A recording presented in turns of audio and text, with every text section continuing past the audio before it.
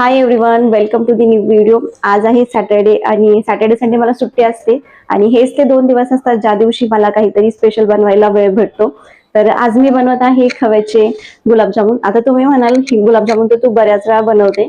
बरेच वेळा मी गुलाबजामुन बनवले, पण गिट्स गुलाबजामुन प्रेमिक्स यूज करूनच मी बनवत होते. पण आज मी फर्स्ट टाइमच खव्याचे गुलाबजामुन बनवत आहे. तर पाहू कसे होतात. जर चांगले झाले तर व्हिडिओ तुमच्यासोबत शेअर करेन. तर इथे मी एक मोठी वाटी खवा घेतला आहे. सर्वात आधी खवा चांगला मळून घेते, जेणेकरून त्याच्यातील सगळे लम्स निघून जातील आणि खवा एकदम मऊ होईल. खवा मळून घ्यायला थोडा जास्त वेळ लागतो. एवढा खवा मळून घ्यायला मला जवळजवळ 20 मिनिटं लागली. आता त्याच वाटीने खव्याच्या 1/4 मैदा घेतला आहे आणि तो पण चांगला खव्यात मिक्स करून घेतला. मस्त असा मऊ खवा मळून झाला आहे. पाक करण्यासाठी त्याच वाटीने 1.5 वाटी साखर घेतली आणि 1.5 वाटीपेक्षा थोडे कमी पाणी घेतले. साखर विरघळते तोपर्यंत गोल गुलाबजामुन बनवून घेतले. साखर विरघळून चांगली उकळी आली आहे.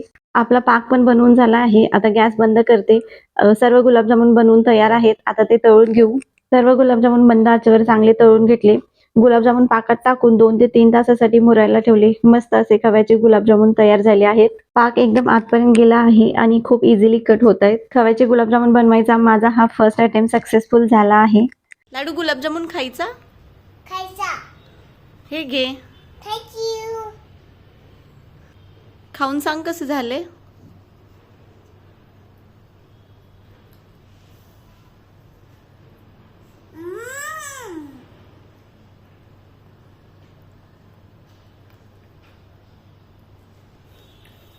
कसं झाले? छान आहे. आवडलं तुला? खा मग, आता तू खा. हो हो खा. तुम्हाला आजचा व्हिडिओ कसा वाटला कमेंटमध्ये नक्की सांगा आणि आपल्या चॅनलला सबस्क्राईब करा.